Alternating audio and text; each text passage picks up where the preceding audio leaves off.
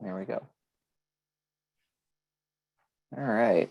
Good evening to everybody who is coming in. We're going to give everybody like a minute or two to get themselves in, get themselves situated, and then we will kick off in just a few moments.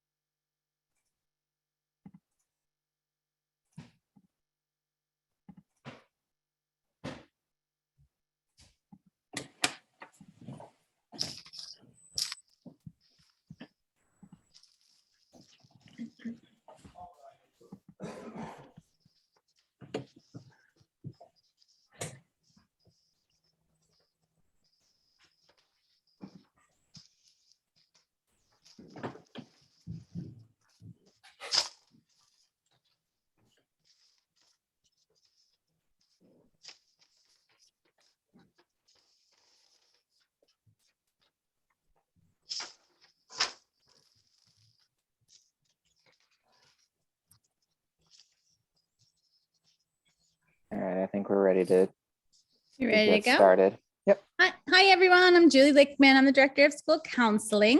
Thanks for joining us on St. Patrick's Day. We have Chris Cox here, who is an education and career counselor for the NHEAF network, and we do a lot of presentations with NHEAF. They're a wonderful resource for our New Hampshire high schoolers.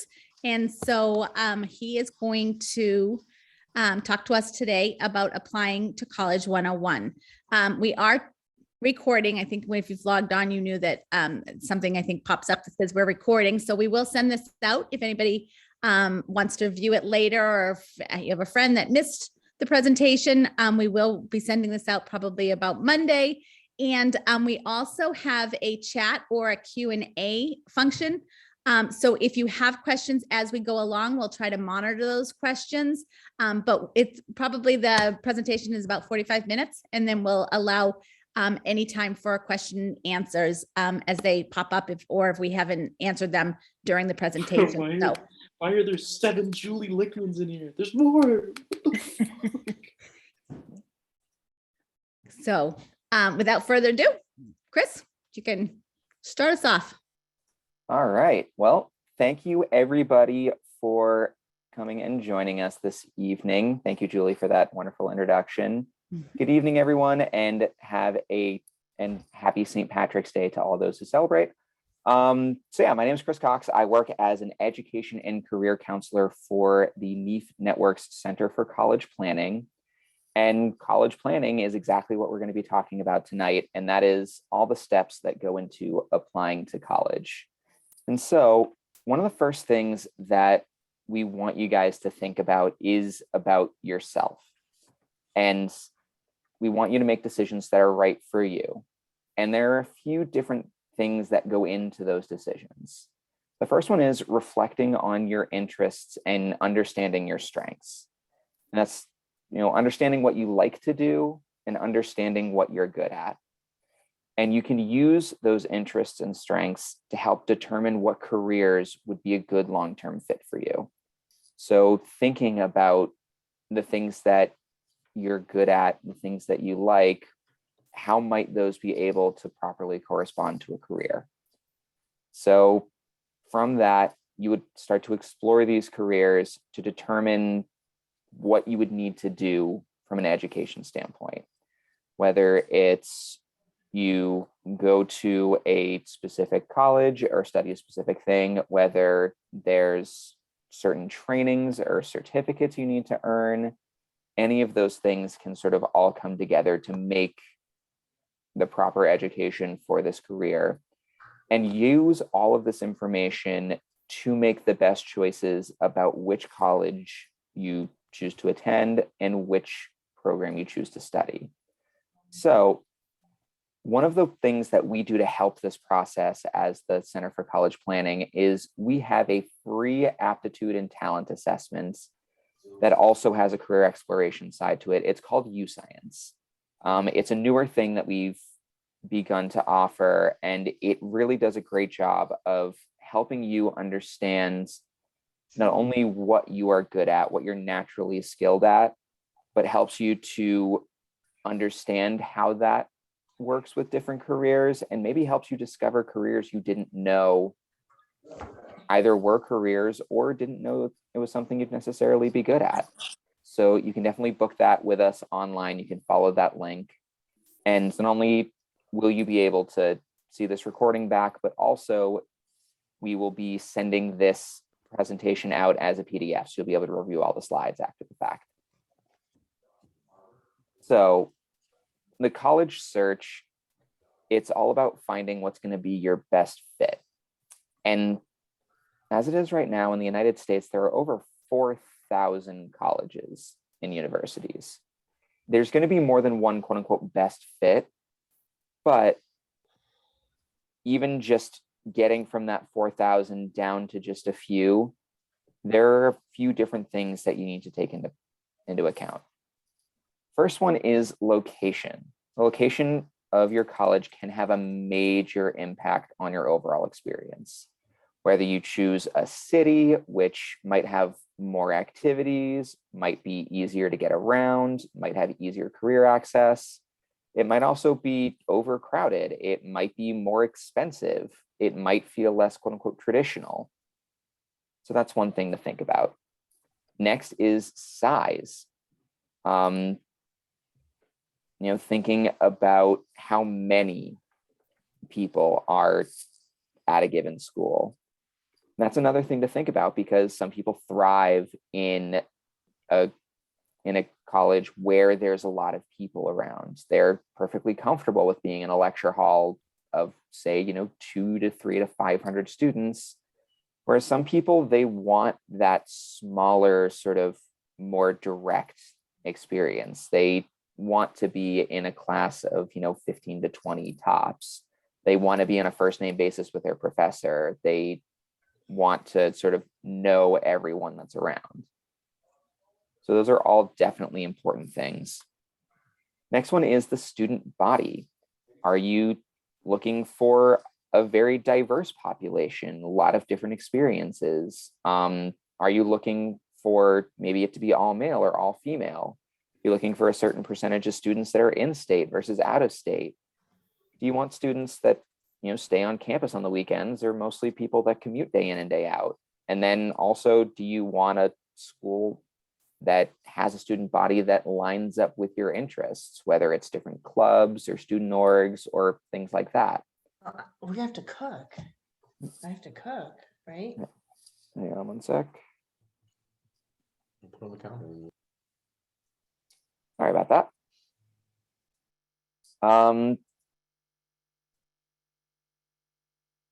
So the next one you're going to want to think about are academic opportunities. And that is, questions to think about, like, will you be able to conduct research, or will there be internship or co-op opportunities? Will you have a chance to actually get some experience in your field before you graduate and go on to whatever's next? Will you be able to take classes in your major within your first year? Would you have the option to be able to present your work or anything like that? Again, my apologies. So next thing would be academic services or supports. And that is, if, say, you have like a 504 or an IEP or something like that, will colleges be able to make accommodations for you? Will there be a writing center or tutors if you need help in any given subject? So those are some other things to consider. This one's a big one, and that's cost. And that is definitely a thing to think about, what your realistic budget looks like for college. And now is the time to start having these discussions before a student has already been accepted, you've put in your deposit, you're locked into that school. Private schools can oftentimes have more gift aid to offer to students to help meet costs, even though their costs might seem higher initially. But at the same time, public schools are usually going to have a lower price point. So wherever you guys come down in the middle, that'll be what's best for you. Next one is outcomes.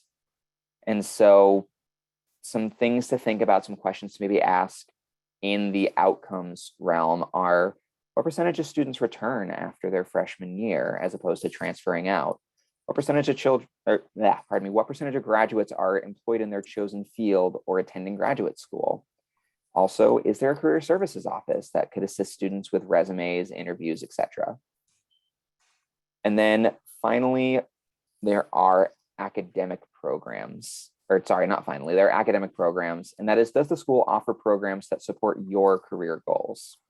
And also make sure you check out the course catalog and see what kinds of courses you would want to take and what kinds you could take. And does this program lean in a direction that doesn't suit you and what you're interested in doing? Then we've got activities. We'd mentioned it a little bit with student body. Does the school offer activities that you're interested in? Do you want to be more involved? Do you want to not be as involved? And, what do they do to help you make friends and feel comfortable in your new environment? And finally, the culture of the campus. Is it a very active culture politically? Is it less active? Do students attend sporting events? Do they even have sporting teams? If you're walking around and touring, are there bunches of different posters? Is Greek life a big part of what you're doing socially? All of these are a factor to consider. No one of them is the factor. So there's definitely a lot to think about, but there's also a lot of really cool options and opportunities available if you explore it from all of these angles. So when you're thinking about all of these, some things to kind of continue to ask yourself. Oh, hang on. Sorry, just been notified that. Sorry, I've just been notified that my slides appear to not be changing. So I'm going to try this again.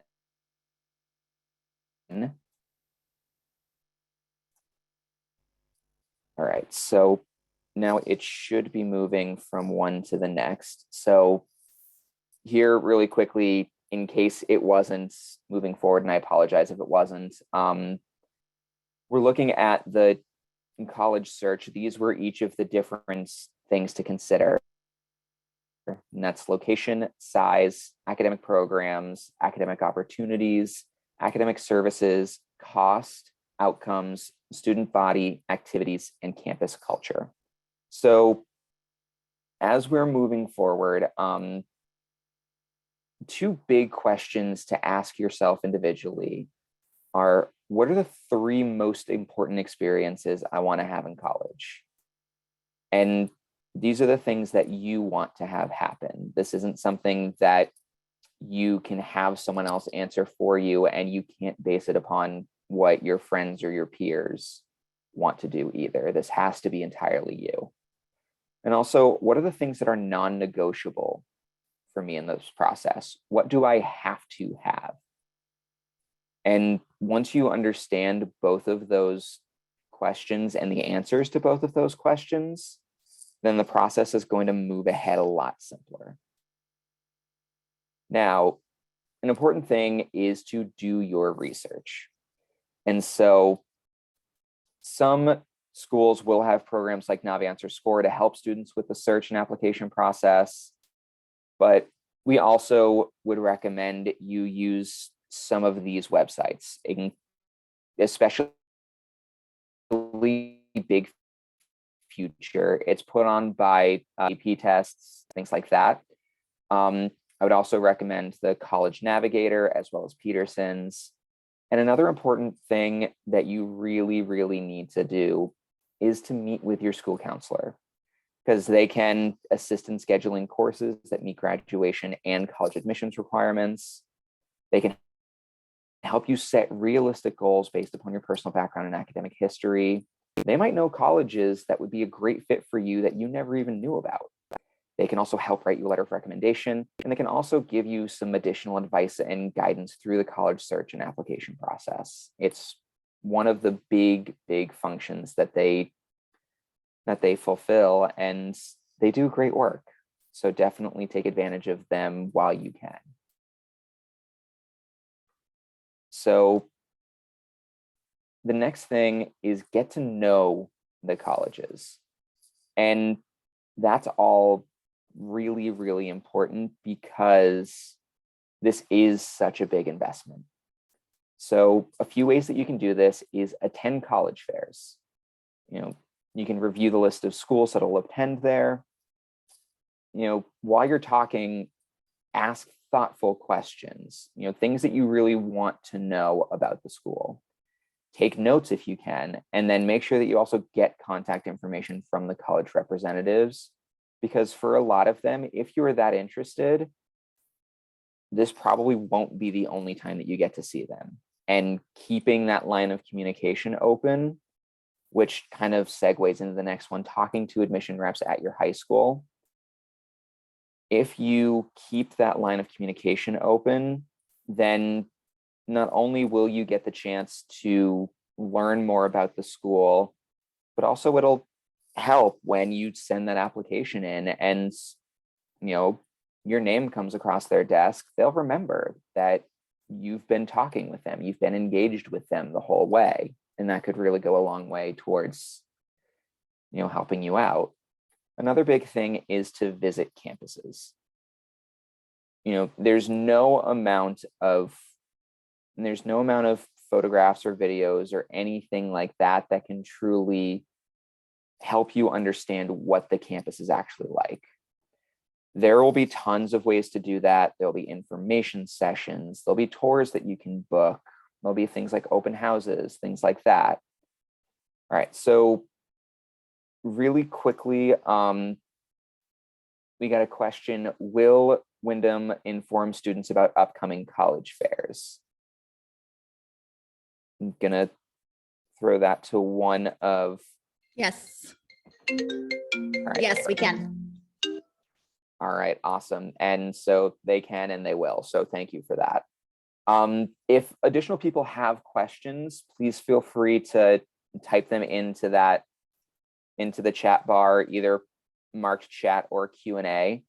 I will do my best to answer them as we go, and then there will be time at the end for questions as well, if you either think of one at the end or you just want to wait till the end. All right, so another quick question about the college fairs. They're asking about when the college fairs will be. So if someone from the guidance staff wants to. We're usually have one in April on our campus. And around the same time, there's one at night at Pinkerton. There's also a destination college event in New Hampshire, but that is virtual again this year, which we'll send information out about. But I'm sure Mrs. Lickman can answer, but I would assume that we are going to host the college fair like we always do in April. It just was disrupted a bit with COVID. Yep. And so really quickly, I wanted to piggyback on the destination college piece. That is actually a fair and a sort of full event that's put on by the NHEAF network. It'll be April the 9th. Like they mentioned, it will be virtual. So you'll be able to meet with a lot of different schools via Zoom. There'll also be a series of seminars and sessions about all different facets and pieces of the college process. So definitely a great thing to attend. And it'll be virtual, so you'll be able to attend from the safety and comfort of your own home. So thank you very much for that question. So quickly getting back to visiting campus. So that'll happen a few different ways, whether it's an in-person or virtual tour. There'll be open houses, information sessions, accepted students days, things like that. Another thing that you could do is attend an athletic event, a play, or a concert. While you're there, definitely do some research about what you really want and need to know about the school, about the campus, anything like that. And of course, make sure that you dress professionally. So as you're finalizing your list, you've got it down from 4,000 to just that few. Make sure that you're building your list intentionally. Don't just kind of throw schools on your list for this reason, that reason, or the other. Make sure that it's specifically schools that you want to go to, schools that you know a lot about, and make sure that you're focusing your energy on those.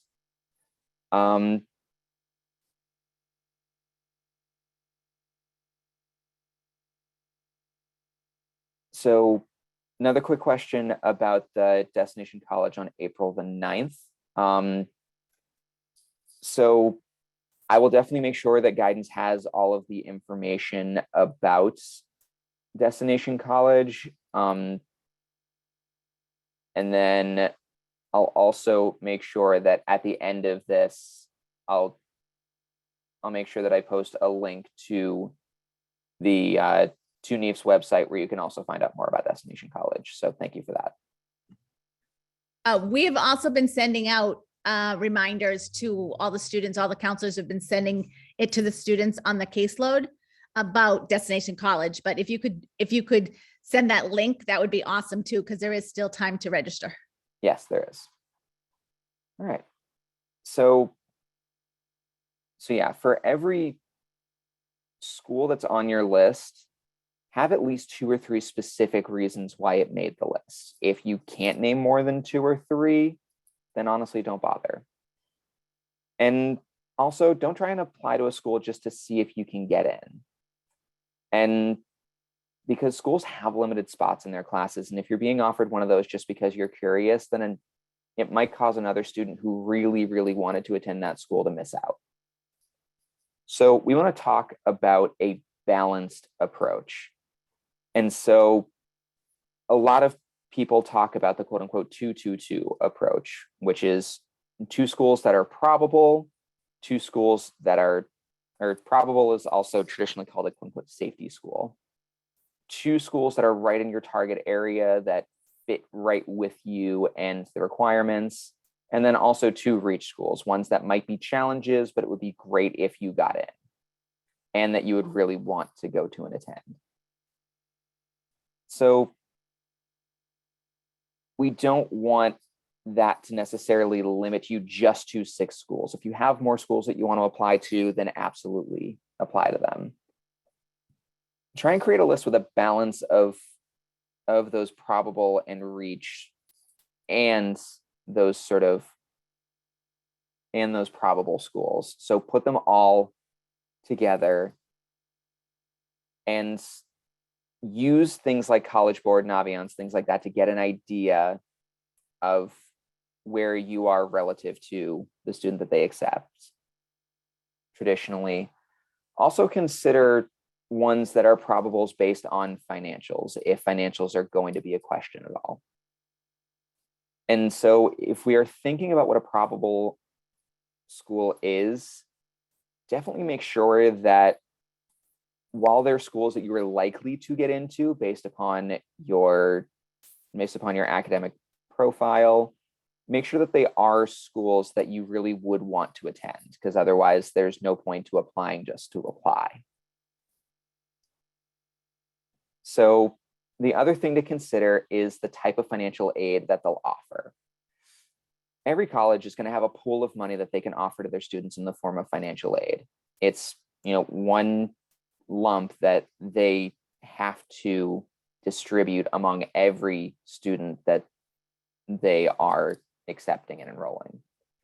Some schools are going to offer based upon demonstrated need, which is the things that you would get from like the FAFSA or the CSS profile. Some schools will offer also offer based upon merit. So that's upon your grades, athletics, leadership, things like that. Some will definitely offer both.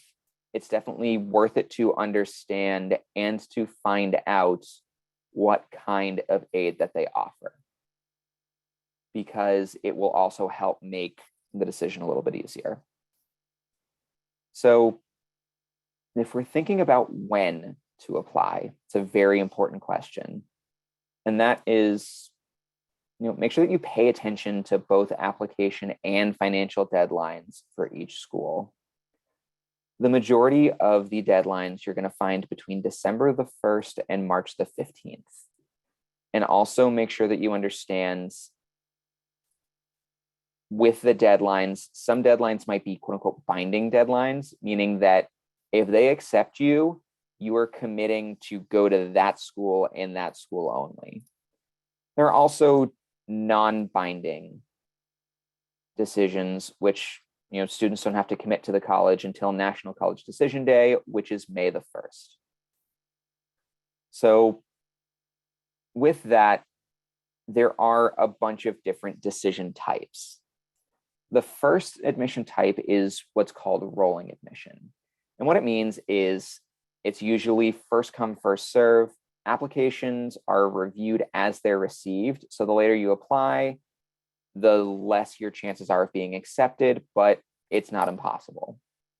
Now, the deadline is, pretty wide open, and it's just until classes are filled. And if you are accepted on a rolling admission basis, it's not binding. The next one is regular admission. And that's where all applications are going to be reviewed prior to decisions being sent out. Most of the deadlines here are going to be between November and January. It's another non-binding commitment. Next one is early action. And that is, you can finish and submit your application a little bit earlier, and you'll receive a decision earlier as a result. A lot of deadlines in there are going to be between October and December, and it's not going to be a binding commitment. So you can wait until the May 1st, even if you apply early action. Now, there is another type that's a little rarer that's called restrictive early action. And what that means is you're restricted from applying early action or restricted early action or anything else to other institutions. So you're fine. So what it's demonstrating is that you're very interested in this college and you want to find out from them first before you even consider the other options. However, you can still consider other options. It's just you want to find out from them first. Then the last one, and this is the only one that is binding, and it's the most restrictive, and that is early decision. And that means that you cannot apply to more than one school early decision, and you are agreeing that if you are accepted here, you are going to enroll, and what's more is you're going to withdraw all the other applications that you've put out there. And that's another one. Deadlines are between October and December. So that's, it's just that, it's early. And so if you can get ahead of that and you know exactly what you want to do and you know exactly where you want to go, and you have a really strong inkling that there is one school that would be better than any other one for you, this might be an option to consider if they offer it. So we're thinking about how to apply. The most common, hence the namesake, is the Common App. It's going to open up on August the 1st. It's accepted by over 900 schools, and a lot of them offer fee waivers. So if financial need is a problem or an issue, then there will be options in a lot of cases for you to be able to bypass the application fee. So this is not an easy thing to fill out. It's going to take time to fill it out. So definitely I would get an advanced start on this. Make sure that you put the time in to make sure that everything is correct, that everything is properly polished. And then once you have it all set up, then actually just pressing send is going to be the easiest part of it. And it'll also, the earlier that you do it, the less stressful it will be as the deadlines come up. The next one is the Coalition app. There are about 150 schools nationwide that use it. It's another one that opens up on August the 1st, and there are also some fee waivers available. Another one that, yeah, it's another good option, but definitely check with the school as to whether or not they require the Coalition application or whether or not they take it. Then finally, there are college-specific applications. So you'll always have the option to apply through a specific college. You'll find it right on the college website. Sometimes it'll be free for going specifically through that. So definitely look at that, weigh up your options, and figure out what's right for you. So for college applications, there are a series of sort of essential elements. And ultimately, what is considered an essential element are what's your college going to be requiring from you? Everyone is going to be a little different, but they'll usually have some combination of these different things. So definitely check carefully to understand what you need to include and what you might not have to include. So the first one and most obvious is the high school transcript. No matter which college you're applying to, this piece is going to be essential. They'll see your grades from 9 to 12. They'll also look at the coursework that you've taken. It's like your GPA will factor in, definitely, though colleges are going to want to see that you've challenged yourself and that you've kind of taken progressively more difficult and challenging courses. So another thing to think about is class rank, if that's something that is readily shown. Some folks don't, and colleges are ready to look at that are ready to look at your transcript not knowing or even thinking about your class rank. So definitely understand that. Next one is the college essay. Most of them need to be within less than 650 words. And it must help folks to understand who you are. Sometimes there will be a specific prompt. Sometimes you'll have the option to do whatever you would like. Definitely don't write it in one sitting. Make sure that you have a draft or two prepared, and make sure that you take some time to really think it over, edit it, have peers review it, maybe have a teacher take a look at it. Definitely make sure that it demonstrates not only who you are, but also your ability to think critically. So another one to think about are extracurricular activities. So that does include things like work and family responsibilities. Don't think that it purely has to be just, sports and clubs that only take place through the school. Make sure that you have all of those things, and quality is more important than quantity. If you got more involved in a certain activity over time and it started to monopolize your time so you couldn't do other things, don't necessarily sweat that. And also don't join clubs specifically to boost those extracurricular activities. Don't worry about that. What schools want to see is your activities reflecting your passions. So definitely be thinking about that and how you want to illustrate those things. Another one that's very common is letters of recommendation. Most schools are going to indicate just how many they want. A good rule of thumb is 2 teachers and 1 counselor. That'd be a good number to have. You can also, if the school allows, you could also include a coach, a mentor, or an employer. If you're thinking about that, ask early, because teachers will no doubt get a lot of requests. Counselors will definitely get a lot of requests. So make sure that you're asking early so that you're giving them plenty of time and also giving you plenty of time to get it back and work on getting it into your application. Next up are test scores. Now, this one has been changing quite a bit. As of right now, there are over 1,800 colleges that don't require standardized testing from high school students. So there are a few different ways to look at it and a few different ways that schools will present this. The first one is test optional, and that says that they'll consider SAT and ACT scores if they're submitted, but focus on other factors.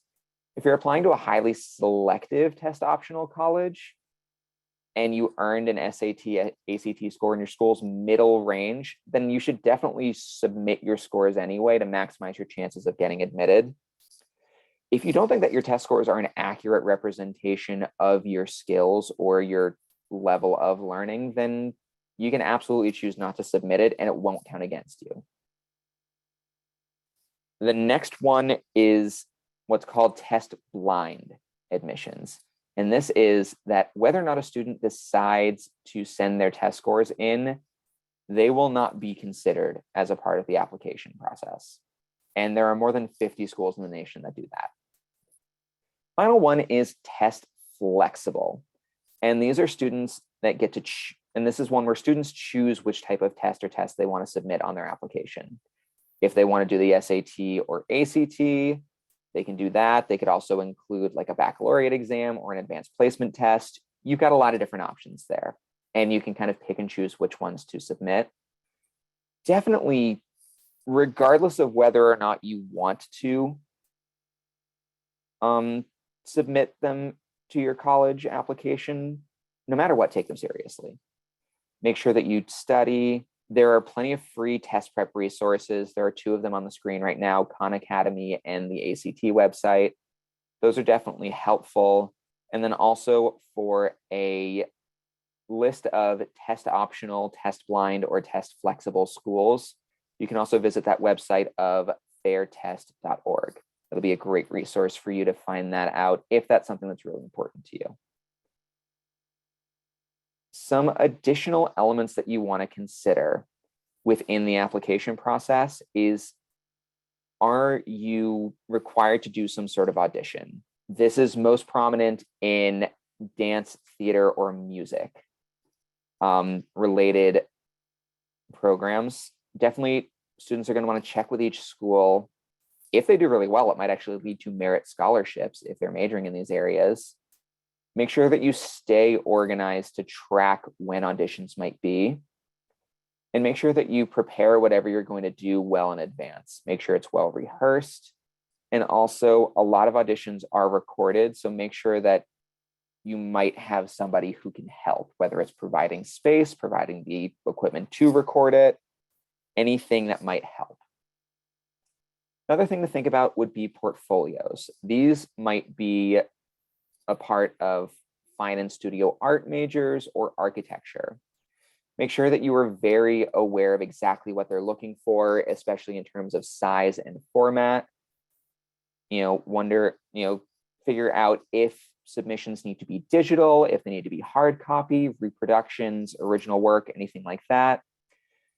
And definitely make sure that you get some help from your teachers now, because they'll be able to help you understand and prepare for what you need to submit. Then finally, if you are planning on pursuing athletics, then there's NCAA eligibility to think about.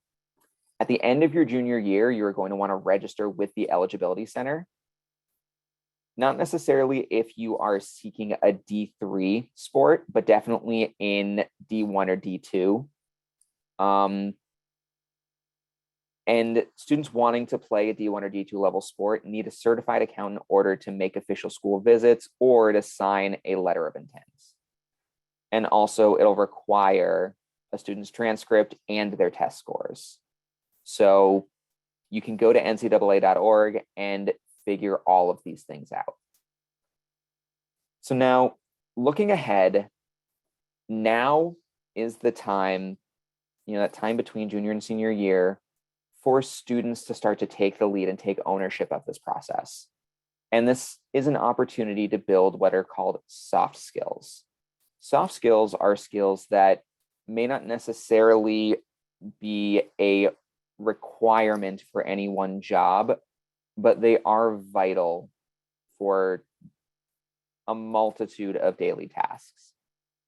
Now, some skills that you can build or ways that you can build your skills would be something like emailing or speaking to college admissions reps by yourself.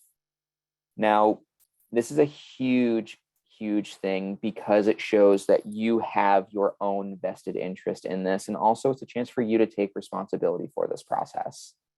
Filling out the college applications and paperwork, you taking the lead on that is going to be really important. You might need help because it requires a lot of information.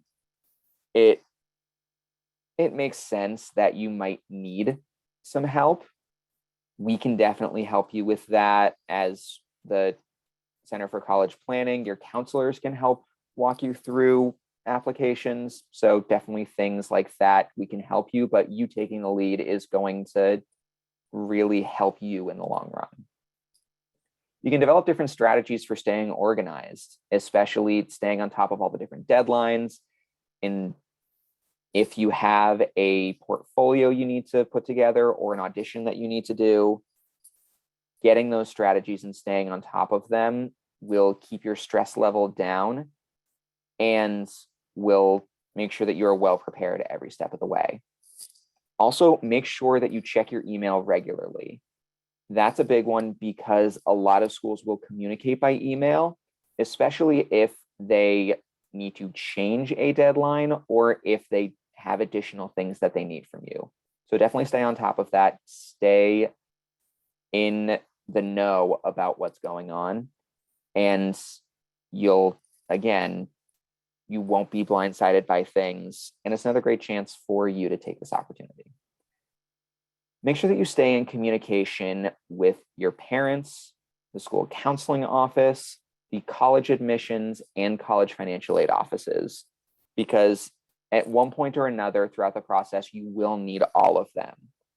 And so building that rapport now and keeping them all up to date with where you're at in the process is really going to go a long way towards making this as easy and as stress-free as possible. So if we're going to start looking at a timeline, here are some things that you can do over the summer. The first thing is you can start working on your essay. Like I mentioned, you'll probably want to do a few different drafts, and the more that you work on it now, the less stressful it will feel and the better work you're going to produce. The Center for College Planning does actually have a summer workshop dedicated to college essays. So you can definitely take the opportunity to join us for that, and we can really give you a lot of help. The next thing is to begin the Common Application. Like we mentioned, it opens on August the 1st. And so you can definitely put that together. If you have questions about the Common App or any applications, you can definitely make an appointment with us and we can walk you through it. It's also a good time to tour colleges and also check out some virtual tour options, especially for schools that might be a little bit further away. And then also, if you're still not sure about what you want to do or what you want to study, you can work with us to help schedule a career and aptitude appointment, and we can work with you to figure out what might be good for you, what might be a good fit. Now, once the fall starts of your senior year, you're going to be really busy, but there are going to be some things that you can do to really help yourself along. First one is if you want to retake either the SAT or ACT, the fall of your senior year is a perfect time to do that. Also, you're going to want to get organized and check all of your deadlines and mark them out clearly. Whether that's a calendar, like a special college-related calendar, an app on your phone, a spreadsheet, whatever works so that you and everyone else who's in this with you is on the same page about what needs to happen when. Also, use the Common App to complete the admissions application, especially if you're applying early decision or early action. And then also you can file the FAFSA, which is the financial aid application, as well as the CSS profile if you're going to a school that uses that. That opens on October 1st, and we can also, at the Center for College Planning, help you to schedule a FAFSA appointment where we can walk you through filing the FAFSA step by step. So that'll be another really, really important thing for you to start doing there. Looking ahead to the winter, if you applied early decision or early action, then you'll start to receive decisions by then, and you can start to make some decisions there. Also, you'll have a chance to complete your admissions applications for regular decision or rolling admissions. That's also a great time to search and apply for outside scholarships. Now, every school does things a little differently, but a lot of schools will have either a packet or some sort of scholarship collection that they'll hand out to students. I don't know if someone in the guidance office wants to briefly speak on that as to what Wyndham chooses to do. Yeah, everything is done through Naviance pretty much. So timelines, messages, when I love your message about checking their email. We send a lot through their, of information. We kind of push out some deadlines and things through their email, but we also encourage them to look on Naviance because we send messaging through Naviance, and we have all our scholarships in Naviance as well. Yeah, absolutely. Thank you. So we got a question. Is anything ever sent to a parent's email or to the parent's email address? Yes, we try to, everything we send out to the students, we try to send to the parents as well, but we're also trying to get our students to take kind of control of their college application process. But we do try to loop in the parents as well. We do include all of the parents on all of the recent emails about SATs and especially college planning. I will say that sometimes we get email addresses that are undeliverable. So that's why it's important to make sure you update any emails that might have changed. Yeah. Awesome. Thank you, guys. So we got another great question, and that's how do we choose what to write college essays about? Now, that one is a great question, doesn't necessarily have an easy answer because a lot of schools will give you an open prompt. However, there are actually, in a lot of cases, a series of prompts that will be given to you. And there'll be kind of deeper questions that have kind of very open answers. So Can I jump in for 1 second, Chris? please do. Sorry.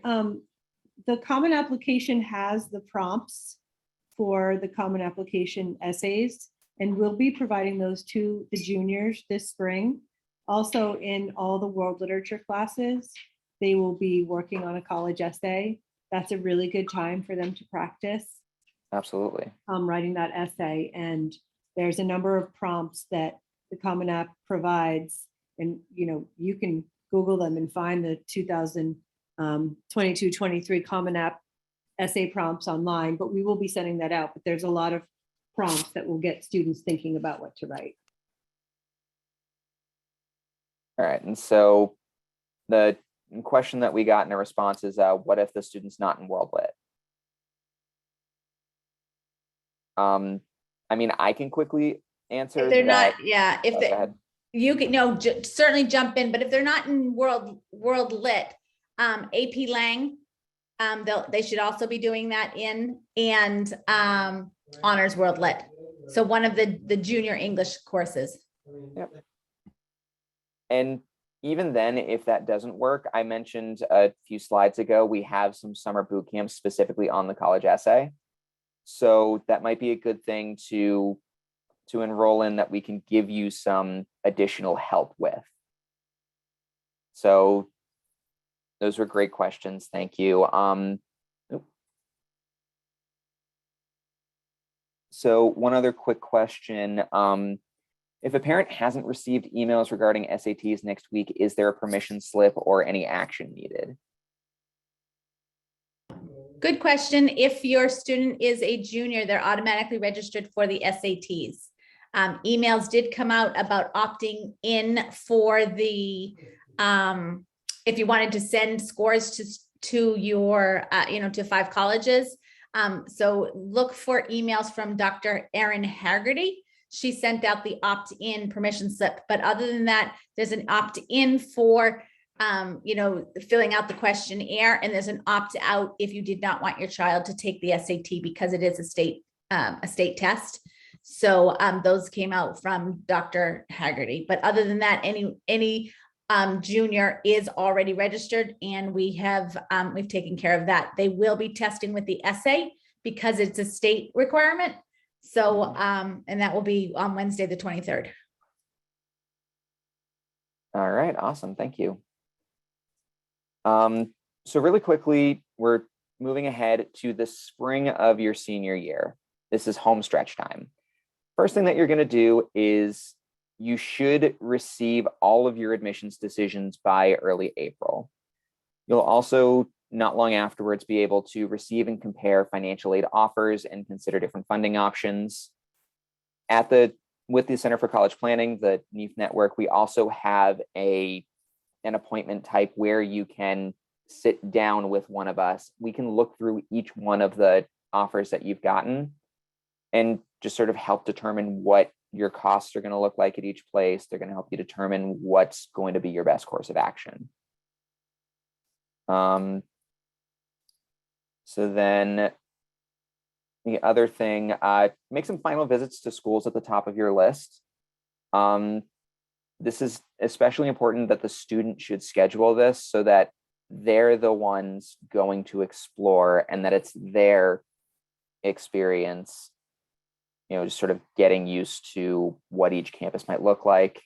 And then last thing you got to do is make your decision, get your deposit into your school. National College Decision Day is May the 1st.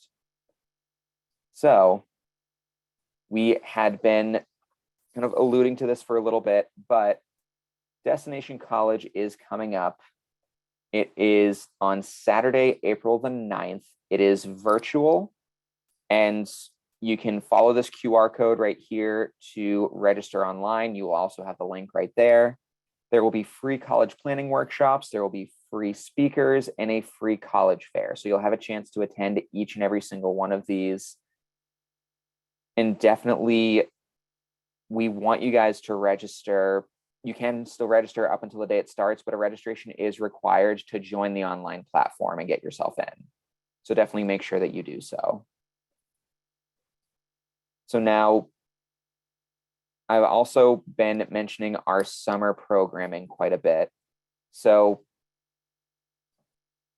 for our college boot camps, we have 1-day free workshops for incoming high school seniors.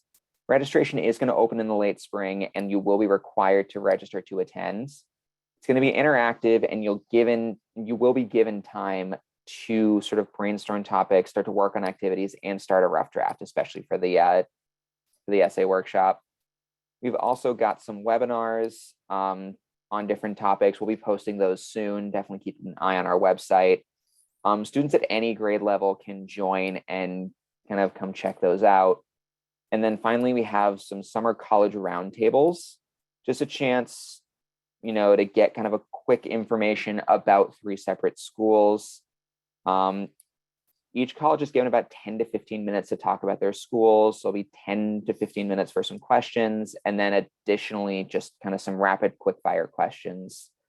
A good way to get kind of initiated with a school so that you can maybe find out more about one you didn't know about previously, and then you can start to do some additional research and follow up. So if you would like to book an appointment with us, you can do so at this link. You can follow the QR code. You can give us an email, give us a call, or find us on social media. You can also go to our website at NHHEAF.org to find out more. So that is everything that I had for you guys. At this point, I really do want to open up for any additional questions that you guys have or had. whether it's about the application process, the services NHEAF offers, college in general, anything like that.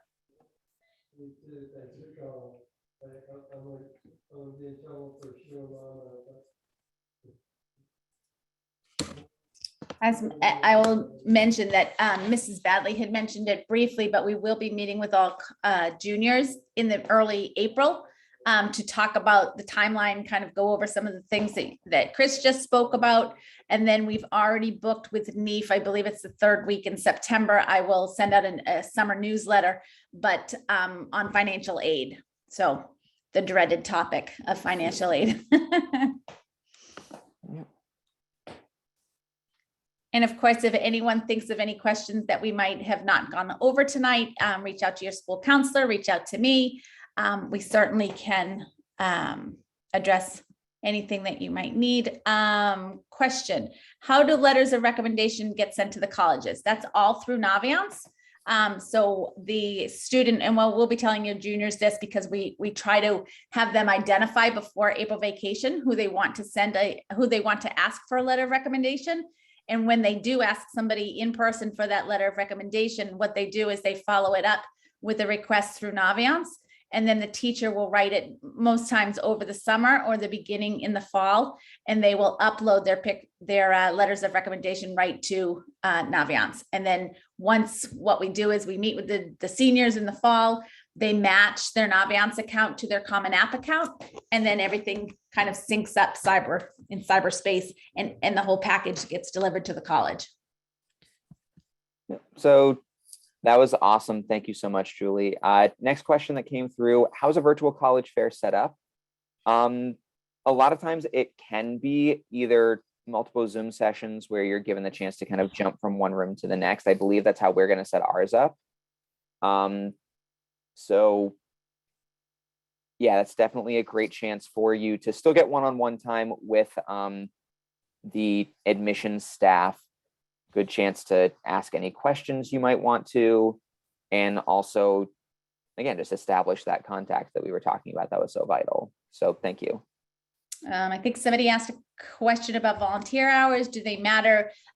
Because of COVID right now, the current juniors only need to do 30 hours, but anything over 400 does get a service award, and they do get recognized at the scholarship night in the spring. That's awesome. Yeah, these are all really great questions so far. Would definitely be more than happy to answer more.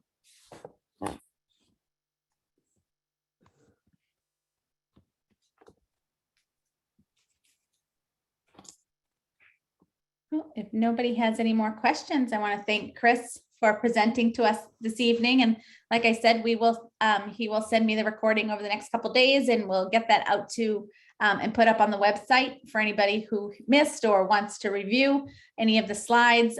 Again, we'll be meeting with your juniors early April to kind of go over a lot of this, give them the timeline and things that they should be doing. We'll also have a Naviance training in the fall to help navigate through the college admission process. So look for a summer mailer with all those dates coming this summer. So yes, anyone does have any questions? Thanks again, Chris, and thanks for everyone for attending. Appreciate it. Thank you guys so much. You have a great rest of your evening. Thanks.